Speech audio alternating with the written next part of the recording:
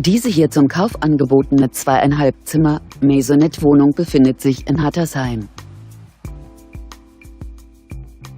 Die Wohnung wurde 1992 erbaut und wird über eine Zentralheizung beheizt.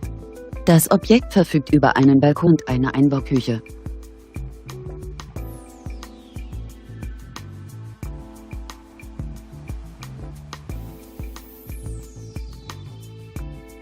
Die Maisonette-Wohnung bietet eine Wohnfläche von ca. 67 Quadratmetern. Der Kaufpreis der Immobilie beläuft sich auf 200.000 Euro. Kontaktieren Sie uns. Für die Vereinbarung eines Besichtigungstermins stehen wir Ihnen gerne zur Verfügung.